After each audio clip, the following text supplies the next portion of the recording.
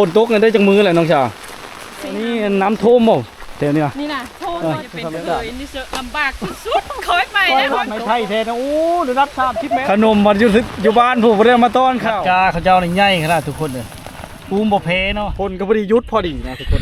ฮอดมาถึงแล้วพี่น้องบุกฮอดหน้าเลยเด้อ ของทนดีใจหลายๆขอบใจอ้ายหลายๆเด้อสุขภาพแข็งแรงอายุมันควรยืนให้พวกน้องซ้ำนี่ก็ได้อัน100 เท่าพันเท่ากลับไปเด้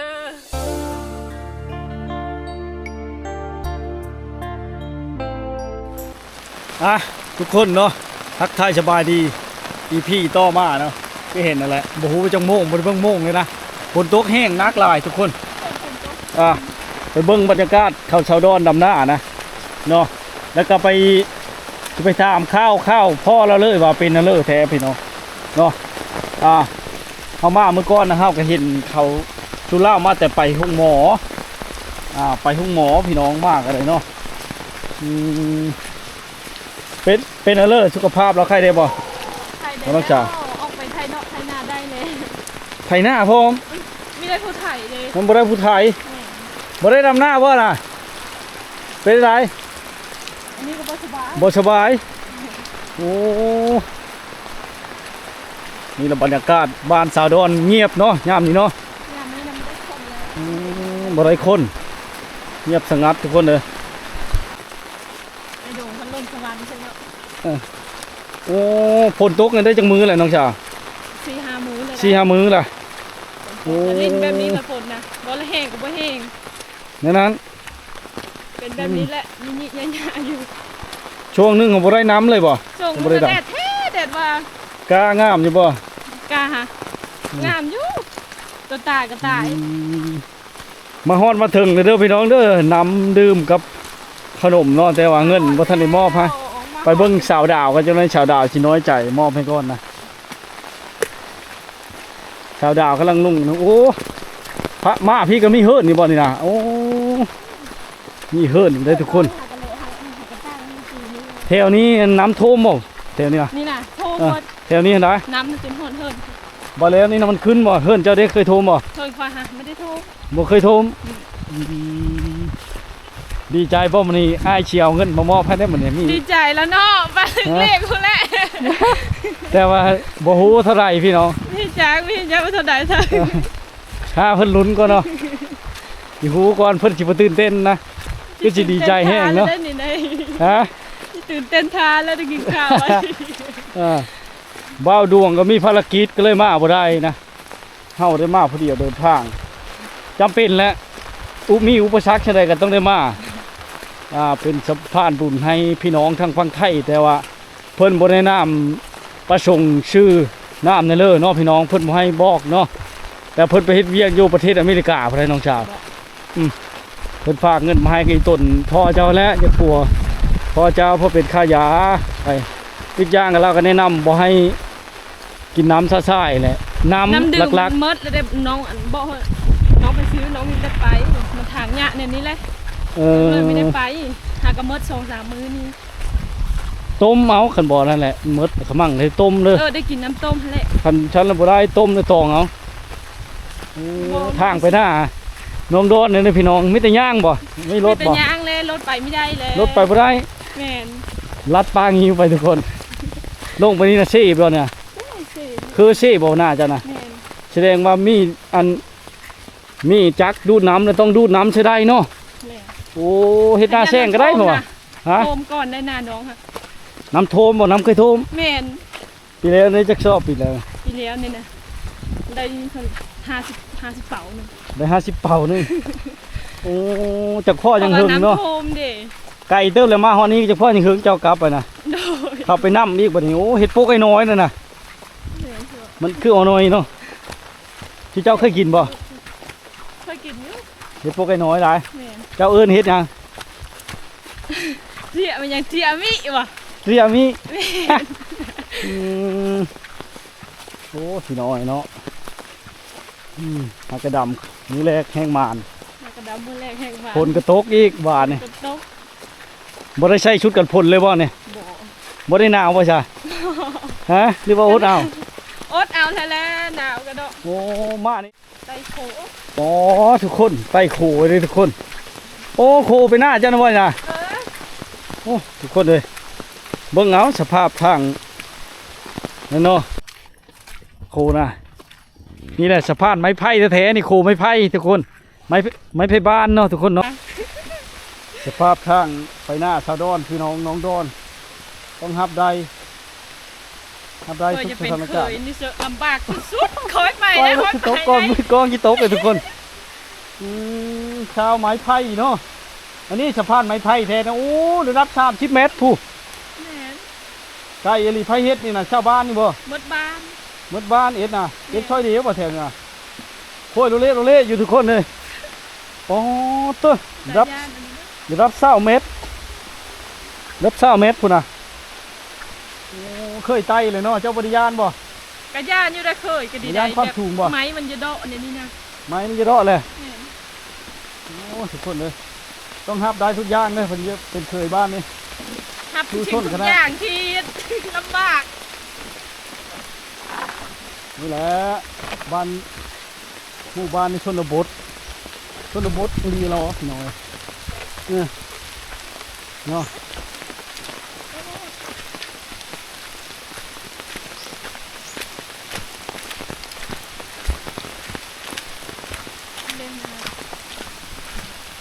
ความโคมันนี่ฮอดบ่ชุบล่าบ่ดำนานอยู่นะ แม่นเขาเอ้ย มีคนมาช่วยบ่บ้านน้องกะ น้องมาซอย2 คน 3 คน แห้งหรือบ่แถวนี้กะ แม่นเอาแห้งเดี๋ยวพี่เจ้ายังไม่ดำอยู่เด้ จังมือไปเอาแห้งเขาจะเคยไปเอาแห้งบ่ ฉันไม่ได้ดำห้องตัวเองกับ2-3 มื้อแล้ว โอ้ ฉันได้ดำห้องตัวเองกับมื้อนึง โน่มื้อนี้กะอากาศเป็นใจเนาะดำหน้าก็บ่ร้อนแต่ว่าหนาวเนาะ ร้อนแต่ว่าหนาว หนาวแล้วพี่น้อย น้องแห้งกิเต้ รถไทยพี่จ้อนะใช้สิ่งน้องสาวใช่จ้ะ เพลงบ่มีหน้านี่นะคือ ฮะ บ่มีเพลงอะไร บ่มีเลยนี่ บ่ อ้าวแบบสดๆเลยนะพี่น้องมามอบเงินค่าพลต้องห้ามบาเลย ตายแล้ว แต่ว่าน้ำดื่มกับขนมมอบให้ทางบ้านเลยนะพี่น้องนะมันมอบให้บ่ได้เนาะเพราะว่ามันถือมาบ่ได้บ่ไหวทุกคนใช้น้องดาวคือบ่คุ้นๆเลย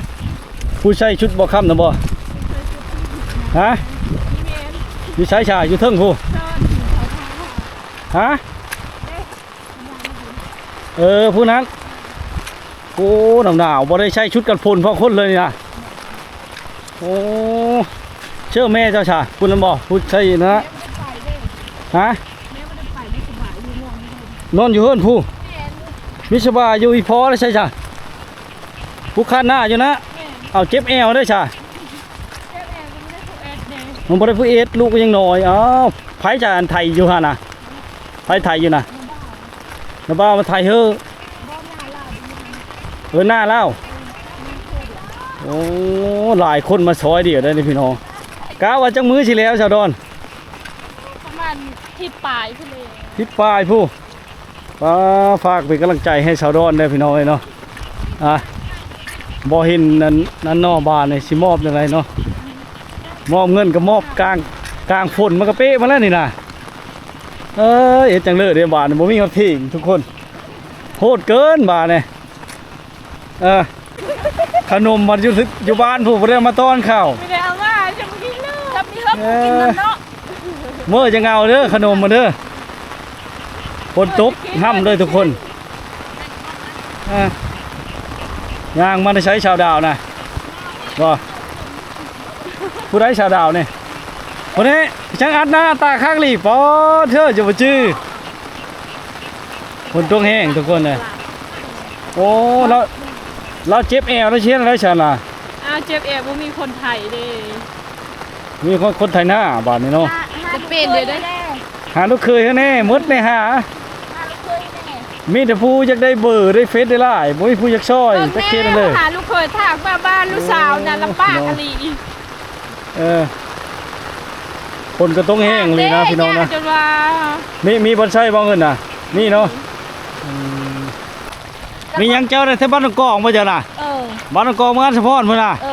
ก็คือบ้านเขาแหละ อันนั้นมันก็กัดบ่อน พี่น้องทั้งเลยน่ะพี่น้องทั้งใด ตัวรู้จักบ่ลูกคนตาเชิมน่ะ ตาเชิมบ่ฮู้ น้องเขาบอก ฮู้แต่ชัดตาเชียงบุญฮู้ตาเชียงบุญ ตาเชียงบุญกับไอ้น้องอันนั้นก็ลุง เรากายไปหน้าตลอดนั่นสิ ไอ้น้องเขาอันเบาป้องน่ะเด้ มาปอง หน้ามันอยู่หน้าปะคาน่ะ มันนี่มาเจอพี่น้องกันนี่นะพี่น้องเอ้ยพี่น้องทางบ้านกองเลยพี่น้องเด้อบุกถึงหน้าสาวดอนมาเลยทุกคนเลยฝนตกหนัก น้ำท่วมหน้าเลยเด้อ น้ำก็สิโทมเนาะทางมากก็ยุ่งยากเห็นสภาพแล้วเนาะ นี่แม่ดำแล้วนี่นะ แต่ว่ายังไข่ช่อยเดียวแถวนี้เนาะคือว่าไปเอาแห้งเขาลายมือเลยเขามาซอยเท่านั้นบ่ มองทางกระดำมื้อแรกเขามาเอาแห้งเลย เท้าแล้วของชุบเจ้าว่าอย่างไปเนี่ย เขาแล้วแล้ว นี่แหละทุกคนเลยเนาะก็เขาเจ้ากับหูข้าวใช้ได้เงินนะมีแห้งใจกันนะยิ้มผู้ชาวดาวแห้งไหวชาวดาวชาวดาวในแห้งไหวพี่น้องเอ้ยหลายคนมาช่วยนะบ่บัดเข้าน้ำชำปาที่จะกินอยู่ใช้ก็มาช่วยเลยนะ กินจะเฮ้ย มากินเยอะเลยย่างมี อย่างนี้ ไต้โคไม้ไผ่นะบ่โอ้เป็นตะยัดตกคุณอย่างนี้เครื่องค่อยตกมานะเครื่องพลาดลม บัดเมื่อนี่ก็เมื่อทางรถนั้นย่างไปบุญ บ่แล้วเมื่อทางเก้าแล้วเดี๋ยวสิมอบอันน่ะเอิ้นสาวดาวมาก็มอบให้เลยนะเพราะว่าพ่อเราเดี๋ยวจะไปสัมภาษณ์น้ำหลังทุกคนว่าเป็นอันเลิศเนาะเราคาดหน้าตรงนี้เนาะมันบ่มีผู้คาดทุกคนเลยคือว่าเอาแหละลูกชายเราก็ยังน้อยนะทุกคนนะเพิ่นนี่หากระดำนี่บ่สาวดาวดำตัวแรกนี้บ่การในการทุนบ่ในการเขาซักอะไรบ่ แม่ซักอ่ะ บ่ได้หนาวบ่ดำหน้า หนาว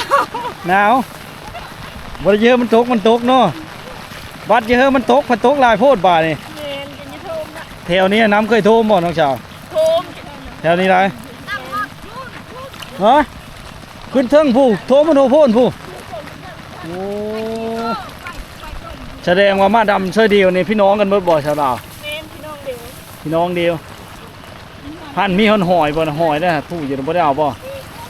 ได้หอยแล้วน่ะหอยหอยเชอรี่แถวบ้านอายปัดหน้าอายเพิ่นมีหอยขี้กระต่ายนะคนละหอยบ่มีหอยนี่ฝนตกแห้งลีมากก็ได้รถก็จะพลาดล้มมานี่แหละพี่น้องบรรยากาศเนาะการดำหน้าของเขาเจ้าค่ำบุญบ่เสียคืนนี่นะ 4 โมง 4 โมง 5 โมงพุ่นเดี๋ยวนี้มันก็5 โมงแล้วนี่ มัดกาเขาเจ้านี่ใหญ่ขนาดทุกคนเลยปูมบ่เพเนาะรับ50 กิโล45และ50 กิโลกาทุนนะกาเขานำเอาฝนตกมันมือหนาวแล้วเนาะเว้ยหนาวเลย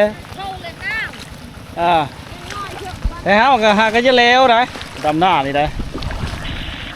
ดูมานี่นะบ่ได้จ้างแล้วบ่มีเงินจ้างกันมีเงินจ้าง อันนี้มันบ่มีเงินบ่มีคำ อันนี้ใครแต่อันนั้นมาช่วยคำว่าเนี่ยจ้าเราพี่น้องแล้ว พี่น้อง มาช่วยดีว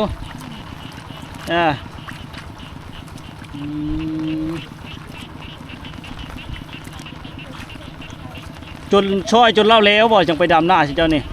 พอแล้ว เมื่ออื่นเลยไปดำหน้าสิเจ้า บ่ ฮะ ตามเขานี่แล้ว ดำของเขาซะก่อนประมาณจักมื้อยังไปดำของตัวเองนี่ ระวังคิดหนึ่งผม ถือว่าของเขาเยอะแล้วพุ่นหรือว่าแล้วเลยเนาะจังไปดำของชุบเจ้าวันนี้หุ้มกันโอ้ใส่เหือใส่แห้งบัดกินแล้วกินเฮิรนเพื่อเฮิรนมันเฮ็ดเวทเฮ็ดเวทน้ำเดียว ต่างกันได้พี่น้องไอ้บ่ได้ว่าถึงจ้างถึงมีแต่ละว่านนะแถวนี้เนาะ บ่มีเงินบ่มีคำทุกอย่าง เพนเลิกมีเพนเลิกกับบ่มีคือเดียวแล้ว มีเนาะเจ้า ดินดากเนาะคันบ่มีน้ำนะถือว่าไทยคาดบ่ได้นี่เนาะแข็งบ่ บ่แข่งบ่ได้ธรรม บ่ ดา แข็งก็เลิกเนาะพี่น้องนี่สภาพ ไม่ได้อ่อนเด็กกินชาเชื่อบ่ได้แล้ว การปักดำเข้าหน้าปีเนาะปีนี้ก็ยุ่งยากเฮ็ดเธอ ปกติ มันแรงบ้านตกก็ตกบ้านเดียว กากับทันยาวบ่นี้มันเอาตก คันบ่แม่นกาทุนนี่ถือว่าเซ็ตหมดกองดองแถวนี้เนาะตายหมดแล้วคันแม่นกาทุนนี่เนาะ เก้าปัดฝนตกมันย่อยเลยมันยาวกาน่ะ โดย ทีนี้บัดมันตกเลยน้ำลายลงมันมีกาดำบ่นี้ผู้ตายก็ตายเลยกาน่ะ ของเจ้าได้ยังอยู่ ยังแต่ว่ากายังบ่ทันยาว กายังบ่ทันยาว ยังชั้นอยู่เฮาก็ซักก็ได้ยังบ่ทันออกกา แม่นโอ้ยบ่ทันออกกะกา ตาวัน เขามันลือนี่เอารู้แหละไปดำรู้แหละบ่ได้บ่ ได้ดอก ย่านแต่มันบ่เหลือ นั่นที่มันบ่เลิก นี่แหละบรรยากาศปักดำเข้าหน้าปีที่ชนบทเขตนี้เขาเจ้าจะซอยเดี่ยวได้ทุกคนเนาะญาติพี่น้องนี่จะได้ต้องมาได้ช่วยกัน โดยที่บริจ้างบริวารแต่กินข้าวก็กินอยู่เฮิรนไปเฮิรนมั่นกินอยู่หน้าภายหน้ามั่นผู้เดินหน้าเคอก็ไปหน้าเนาะผู้เดินเฮิรนเคอก็ไปเฮิรนหลังจากนั้นแล้วเขาเจ้าตอนแรกบ่ายโมงเขาเจ้าก็มาดำอีกนี่ลงมาดำไม่ได้ทุกคนนี่แหละบรรยากาศเนาะเจ้านักคนบ้านนี้เลยบ่ ฮะ เจ้านักคนบ้านนี้เลยพี่น้องกับชาวดอนนี่เนาะ อันนั้นล้านได้ ร้าน ล้านลูกเอ้ยดอนไอ้ดา พี่น้องกัน คอยเลยเป็นน้องแม่มัน เราบ่สบายบ่ได้ยินดอนมาบ่ได้มา ลา ใช่ บชำบ้านเจ็บ เป็น เข้า เจ็บหัวเข่าอ๋อลืมแล้วว่าชื่อยานะมันพ้นตกแห้งลืม มันมิ่นหัวเข่านี่ ชื่อยาสมุนไพรนะโอ้ยมารอบหน้าก็ลืมคักลีเฮาก็ได้ การเนี่ยพ้นตกแห้งอะไรในจุดชุมนะ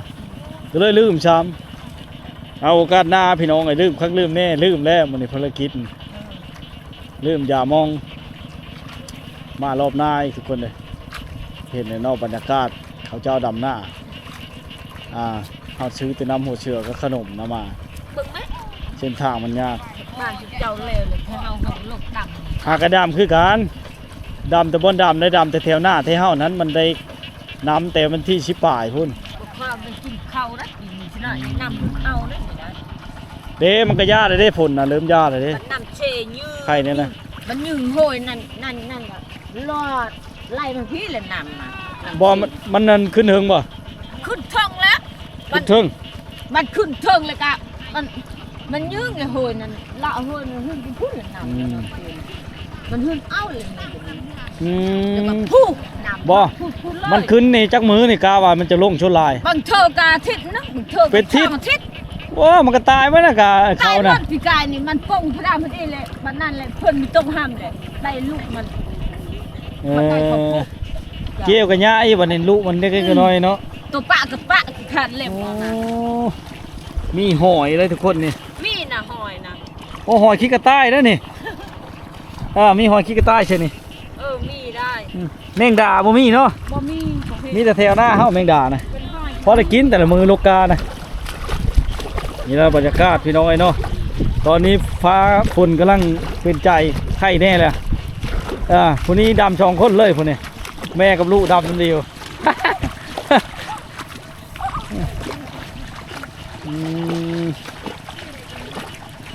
มาดำหน้าซอยนี่เด้อ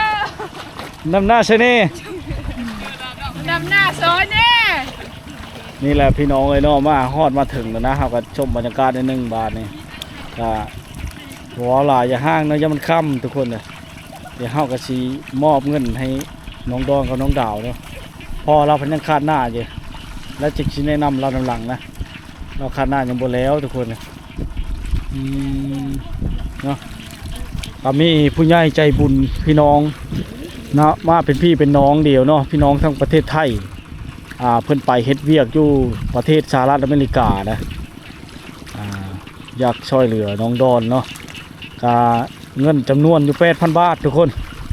เนาะ8,000 บาทก็เพิ่นตัด1,000ละ30 บาทนะจะได้ปกติจะได้อยู่6,800,000เนาะวันนี้เพิ่นตัดอยู่30 บาทมันก็ลดลงมาและเงินที่ได้ตกอยู่ 7,760 บาททุกคนเนาะที่เขาได้เขาตัดไป240 บาทนะทุกคนนะ ก็น่าเสียดายอยู่เขาตัดหลายดีทุกคนเนี่ยอยู่ใส่ก็คือกันหมดเลยนะเนาะแต่ว่าเฮาก็ไปแตกเอาเป็นเงินกีบมานะเพราะว่ามันเป็นเงินโอนทุกคนเนาะเฮาก็ถ้าอยากเป็นเงินบาทเขาก็ใช้เป็นบ่แท้นี่นะชาวดอนเป็นคือกันเนาะหูอยู่เนาะพอหูอยู่บ่เธอหน้าเนี่ยเอาเป็นเงินบาทเลยเธอหน้าเนาะฮะหูนิดหน่อยชะดาวเอาเงินก็ชะดาวโอ้เดี๋ยวไปทำสุขภาพอีพ่อกันเด้อจะได้เงาเนาะเรามอดจักเลยทุกคนเลยเป็นในเรื่องสุขภาพอีพ่อนะพี่น้องวันส่วนสบายดีไปเลิกแล้วแหละข้าหน้านะบ่ได้เจ็บบ่เอวเจ็บเอวนะ เจ็บอยู่เจ็บกับมันบ่แห้งนี่มันลดละพรแล้ว แต่ข้าบ่ได้เฮ็ดเวฮะหากกลับมาเฮ็ดอีบาดนี่เนาะเรียนนะจ้ะจำเป็นแล้วมันมุ้ยผู้เฮ็ดบ่ลูกนั่นครับผู้หนึงคนนั้นก็ไทยนาแต่ไถหน้าเลยเจ้าเลยเป็นมีแต่คาดซื่อพอได้แบ่งเบาภาระเขาช่วยเขาพี่น้องฟังทางต่างประเทศน้องกระลายคู่ละคนก็เป็นห่วงสุขภาพพ่อแหละบ่อยากให้เฮ็ดหนักหลายจิตใจเฉพาะอยากเฮ็ดนั้นเฮ็ดนั้นมันบ่มีแล้วก็ช่วยลูกนั่นแล้วรถไทยเองว่าน่ะรถไทยเองน่ะได้หลายปีแล้วเนาะให้กินแนะนำยังให้กินน้ำสะอาดนั่นแหละคำว่านั้นก็ต้มเอาแพทย์เขาแนะนำนั่นเฮาก็ซื้อมาชงแพ็คชงแก๊สนั่นล่ะมันอันนั้นบ่ได้มันถือมาหลายบ่ได้มันหนักแม่นแล้วหยังมีแต่สิมอบเงินให้เขาน้องดอนน้องดาวไปซื้อเองบ้านนั่นแหละก็สิเฮิงอยู่เนาะคันกินผู้เดียวเนาะแม่นนั่นแหละสิเฮิงอยู่เนาะนำ1เบียร์เนี่ยช่องเหล้าบ่ให้กินว่ะแม่นแล้วมันพี่น้องฟังไทยเล่าก็ว่าไปแนะนำเราเด้อบ่ให้เรากินน้ำลักๆคือน้ำเพราะว่าเจ้ามักไขหลังอักเสบยังบ่ทันถึงแบบว่าเป็นนิ้วมักไขหลังมันอักเสบเลยในมันสิถ้ากินน้ำระบบการขับถ่ายรูดพรแล้วนี่มันคือว่าแค่นั้นในนั่นเนาะไปกวดจะใช้ไปกวดน่ะจุดชุมมึงว่างนั่นเด้เพิ่นก็บอกทันทีเลยเนาะคลินิกทางตลาดทางนั้นทางเหนือน่ะแต่เขาก็บ่อยากชื่อเราว่าบ่ให้กินเบียร์แล้วบ่ให้กินเหล้าว่ะยาได้ใช่ยาบ่ได้ชุบเลยเด้แต่เอาเมียมานี่บ่ได้ชุบบ่ได้ชุบแต่ก้าวแล้วเนาะโอ้นั่งก่อนที่พ่อจะเมื่อยยืนแห้งสิเจ็บตื่นนั่งพักผ่อนเนาะสิมาผัดสิเมื่อยเฮาก็ถือมาบ่ได้ฮะกับป้าอยู่เฮิรนบ่ได้กับฮู้ไอ้แม่อยู่หั่นเนาะบ่ฮู้ไอ้เบะอยู่หั่นก็เลยเฮาก็บ่จักมาย่างมาพี่ไว้เบะก็บ่สบายล่ะหน้าก็ไกลในนั้นมันบ่สบายได้หลายมื้อเลยเบะน่ะหลายมื้อนั่นแหละบ่ได้ไปโรงหมอว่าซะบ่มีแต่ไปโชคชลาน่ะก็ไปกวดอยู่แพทย์อยู่ชุมเมืองวังนั่นแหละแล้วเขาว่างยาเฮาน่ะลืมมื้อนั้นลืมยามองยานวดน่ะว่าได้ซื้อแล้วมาแล่นมาเข้าตลาดเลยซื้อเอาน้ำแล้วผลตกแห้งบาดนี่แห้งอะไรโอ้จนแนมบ่เห็นนะใช้เกียร์1เกียร์2มาจากอันเดินทางมา30นาทีชั่วโมงครึ่งมาฮอดน่ะแล้วก็ทาให้เข้าตึกจุลุงนะแม่นมาแล้วมาพักอยู่ชุมเมืองว่างนี่แหละมาต่อเลยน่าสิเข้าตึกจุลุงนั่นแหละไปนำมันเขานั่งดอนได้ว่ามาฮับมาได้ไผก็ได้นะว่าพอได้ข้ามปานนี้สิถามเฮาว่าแล้วเพราะว่าเขามานำมันพี่ก็บ่ไกลปานใดเนาะน่ะแต่บ้านมานี่เนาะ100ปลายนั่นประมาณ200ปลาย300ประมาณนั้นแหละแล้วเฮือนตัวนี้เชาะบ่ไกลนั่นนี่100ปลายนี่สิเจ้าเฮ็ดอยู่น้อยบ่หลังเวลานี่ยังบ่ทันแล้วเขาอันชาวดอนชาวดาวไปหาเงินนี้นั่นแหละจำไว้จักเข้าไปจักบ่มีแต่ช่องคนอยู่เวียงพุ่นนี่ยังบ่ทันมาแล้วหน้าพุ่นแล้วคันเข้าไปก็ได้นี่เลิกรักษาสุขภาพแล้วพ่อยตอนยังแข็งแรงเนี่ยพยายามได้ตอนนั้นจะป้ากะเดี๋ยวอยากลงชโนพอแล้วกันมันเจ็บบ่มันเจ็บแล้วก็บุญนึงกับหน้าบุญนึงกับฮ้อนเป็นนั่นนะมันมักให้หลังอักเสบดิต้องกินน้ำหมดเชื้อที่เฮาเอามาน้ำสะอาดนะผมบ่ได้ถือมาเซ่จังได๋น่ะบ่คิดว่าหมดพี่มาอยู่ฮ้อนหน้าจะแลน้องสาวดอนจึงบอกว่าอันน้ำละพ่อหมดแล้วว่ะซื้อน้ำคันมัน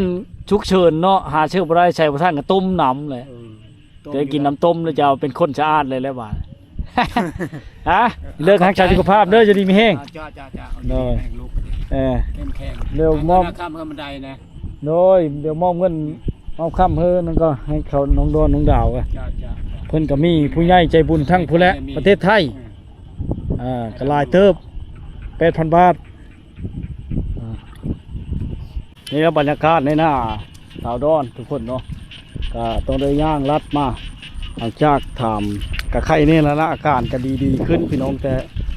คือว้าวอะไรจำใจบ่มีผู้เอ็ดวิเนาะล่าก็จะเป็นได้คาดซอยเขาบริไทยเนาะไทยนี่อาศัยชุ่มเด้น้องชายเล่านะน้องบอกว่าชื่ออะไรจำพูน้อยๆก็มู่นั่นแหละทุกคนเนาะเดี๋ยวสิมอบเงินมอบคำน้ำแก้วเฮ้อสองสาวกันพี่น้องเนาะพี่พอแล้วข้าวิอยู่พุ่นเนาะเราพักผ่อนนั่งพักผ่อนนะเบาะเหตุผลเลยเนาะก็เงินก็ยังเหลือมาอยู่เลยทุกคนเลยเหลือลายเลยเนาะเงิน 8,000 บาทถือว่า5 ล้านป่ายเลยทุกคนเลย5 ล้านป่ายเพื่อนพี่น้องเลยถือว่ายังลายพอสมควรเนาะแล้วก็ดีใจน้ำสาวๆเพิ่นที่มีพี่น้องซอยครับเพิ่นบ่ได้น้ำประสงค์ซื้อมาทุกคนเนาะทำอิฐกับบ่าวงกับขอน้ำว่าบ่เอาค่าเดินทางเด้อว่ะกับบ่ได้เอาน้ำเพิ่นพี่น้องแต่เพิ่นพระโอนมาให้ตั้งง่ายนะค่าเดินทางบ่าวผู้ไทยเนาะกะชีไว้ไปซื้อขนมไปแจกแล้วกะชีไปช่อยคนชาวบ้านมือนาท่าผลบตกพี่น้องชื่อปลากระป๋องยังมาให้เล่าน้ำนะตาบอดนะพี่น้องไม่เท่าตาบอด2 คนนะพี่น้องบ่มีผู้เลี้ยงอันนั้นก็ได้เนาะบ่มีลูกคนเลยโอ้ยงามอยู่ดอกผู้ชาวนะดีใจบ่ชาวดาว ดีใจ ฮะ ดีใจขนาด เลยดีใจ เอิญเขาเจ้าชีเวลาหนึงนะพี่น้องสิมอบเงินให้เขาเจ้านะอีพอแล้วก็เช่าเมื่อยแล้วเนาะเล่านะมีแต่คาดหน้าชื่อเนาะคือว่าเราไถนะบ่แม่นเนาะมีแต่น้องชายเจ้าเดี๋ยวเจ้าน้อยจะไปเบิ่งน้องชายเจ้าอีกเนาะเดี๋ยวมอบเงินให้จุ่มล่าก่อนพี่น้องยัง5 ล้านป่ายนะเพราะว่าซื้อน้ำเนี่ยแล้วก็ซื้อขนมนะตอนลูกตาลนะฮะและก็ถือว่าเป็นบรรยากาศที่ฟ้าหลังพลสวยงามเสมอพลก็พอดียุทธพอดีนะทุกคนนะ การละคน นี่ได้ทำ เห็นนี่เงินนะยังเลยเงิน5 ล้านมีเศษเนาะนับเบิ้งเจ้า2 คน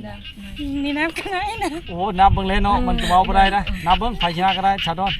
จับดู ดู โอ้ยเลยอีกไรกัน มาฮอดมาถึงแล้วพี่น้อง มา บุก ฮอด ฮอดหน้าเลยเด้อ ของทอนออกมา 5 ล้านมีเศษเนาะกับอันน้ำดื่มพี่น้องน้ำดื่มมันอยู่เฮิร์นกับขนมเนาะว่าเงินจำนวนหนึ่งอายว่าสิซื้อเป็นล้านพันได้วะมันบ่ได้ไอ้ซื้อนี่ซื้อปลากระป๋องยังถือบ่ได้เพราะฝนตกหนักนี่ จนว่า สภาพทาง ผลไม้ ทะลึกรีรอดีใจบ่ ดีใจ น้องดาวเคยได้บ่ ดีใจ ใจเด้อผู้ใหญ่ใจดี ขอบใจเด้อผู้ใหญ่ใจดีฝากเงินให้เนาะมีกำลังใจเอ็ดหน้าเลยแบบนี้นะ มีกำลังใจหน้านะ แม่น อันเป็นบ่โอ้ใช่ให้พรกะบ่ไม่เด้อ ขอบใจเด้อผู้ใหญ่ใจดีเนาะที่ฝากเงินมาให้น้องก็ดีใจเลยดีใจละลาย ดีใจหลายๆขอบใจอ้ายหลายๆเด้อ เลี้ยงลูก สุขภาพแข็งแรงอายุมันควรยืนให้พวกน้องซ้ำนี่ก็ได้100 เท่า1,000 เท่ากลับไปเด้อปรารถนาสิ่งใดขอให้ได้สิ่งนั้นเด้อขอให้สุขภาพอ้ายแข็งแรงกว่าเก่า ให้ไปฮอดไปถึงพี่น้องไอ้เนาะพี่น้องทั้งประเทศไทยอยู่ทั้งอเมริกานะเพิ่นก็บ่ได้น้ำประสงค์เนาะเพิ่นอยากให้อยากช่วยเหลือชุมน้องแล้วก็ให้สุขภาพพ่อเจ้ามีสุขภาพแข็งแรงให้ดีขึ้นนะมาฮอดก็ถือว่าดีใจหลายๆในการมาฮอดก็พอดีพ้นตกหญ้านี่พ้นตกหญ้าล่ะพี่น้องทุกคนเลยแล้วก็เงินจำนวนนี้ก็รักษาพ่อแน่แล้วก็มีแนวขมั่งในเฮิรนจำเป็นใช้จ่ายกะ เอาไปใช้เด้อเป็นเงินของชุมน้อง โดย จำนวน 8,000 บาทแต่เพิ่นตัดแล้วก็ยังเหลือ7,700เนาะ7,700ปลายแล้วพี่น้องแต่เป็นเงินบาทเนาะ5 ล้านปลาย5 ล้าน2เชน76,000กีบเนาะบริโตะบริอำอันนี้ก็อายก็บ่ได้เอานำจากกีบว่าเพิ่นให้อายมาตั้งห้าเพิ่นโอนมานำหลังทวีตว่าสิบ่เอานำแล้ว โดย บ่เอาน้ำค่าเดินทางอหย่างราคาน้ำมันเลาะน้ำมันรถก็ดีใจมีผู้ช่วยเหลือชุมน้องเฮาก็มาชมบรรยากาศหลายคนเนาะเฟซหลายอหย่างจังได้เฟซได้หลายอหย่างก็แล้วแต่ชุมน้องอันนี้เฮาก็ในนามนักข่าวหรือว่านักสัมภาษณ์สารคดีหนึงพี่น้องของสาวลาวในชนบทสาวผู้ไทยเมืองว่างเนาะแต่ว่าขึ้นกับเมืองเสบททองทุกคนนับเบิ่งบาทเงินน่ะนับเบิ่งก่อน นับเบิ่งได้อย่าว่านะเงินบ่ครบเงินประทับผิดชอบได้เเอาดู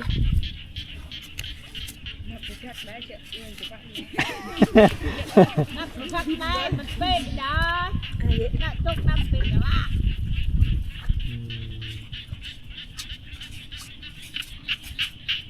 เป็นผู้หุ่น มื้ออื่นบ่มีบ่เนาะ โอ้ก็ดีใจนำบรรดาน้องๆสองสาวพี่น้องผู้น้องดาวนี่เป็นเอ้ยถึงอายุหาก็ไว้25ปีเนาะน้องดอนนี่เป็นน้องสาวให้พี่น้องเอามาฮอดมาถึงมีอยู่ที่บนไว้เงินน่ะบ่ได้ไว้ให้ได้มื้อพัดลืมนะอันนี้น่ะเขาให้มานี่ให้หมดทั้งสองพี่น้องเด้อปั่นกันใช้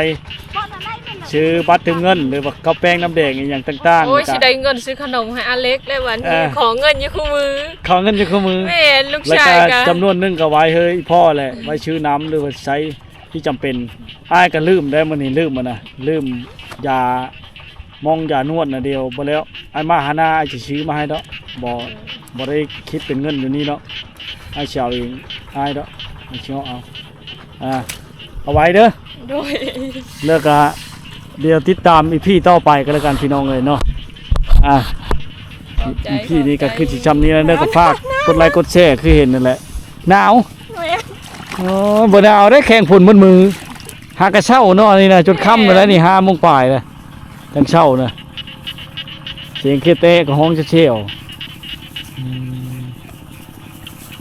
นี่แหละเป็นค่ายุคค่ายาบอีพอได้บาทนี่ชื่อน้ำชื่อในให้เล่าและย่ามจำเป็นหรือว่าชุนเจ้ามีเนี่ยฉุกเฉินในเลยบางเทื่อรถไถกับย่ามนี่มันกับเพ่อย่างเนาะเราบ่ได้ไผ่สิไผ่ปัญหาหรือว่าซื้อในครบแนวกินมาสู่พี่น้องและกินข้าวกับน้ำอย่างกันแล้วชุดแล้วแต่ชุดน้องเด้อมาฮอดมาถึงแล้วชุมน้องขอบใจอ้ายหลายๆเด้อที่มาฮอดจอถึงชุมน้องที่มาส่งกัน โอ้ยบ่เป็นหยังก็ดีใจขึ้นหลายคือหยัง เสียละเสียสละมากจนมาทางบางอย่างยาก ถือว่าครั้งยิ่งใหญ่ได้ครั้งทำอิฐที่ว่าพี่น้องฟังไทยฝากเงินมาหลายข้อมูลที่ชุดที่เคยได้เป็นสะพานบุญนะแต่ก่อนน่ะบ่เคยมีนะมีแต่พี่น้องทั้งประเทศสหรัฐอเมริกาที่หลายปานนี้เกือบว่า10,000 บาทลาวก็อยากให้พ่อเจ้ามีสุขภาพที่แข็งแรงมีแต่ความสุขบ่ให้คิดอย่างหลายกับบ่ให้เราเฮ็ดเวียกหนักหลายอีกอย่างนี่อาหารนี่ก็สำคัญอยู่แต่บ่ซ้ำน้ำนี่ถ้าว่ามันขาดแคลนแห้งต้องได้ต้มน้ำเด้อต้มน้ำยามฉุกเฉินน่ะนะครับไปทำหน้าแล้วป่าติดตามพี่ต่อไปกันแล้วกันเด้อพี่น้องเด้อ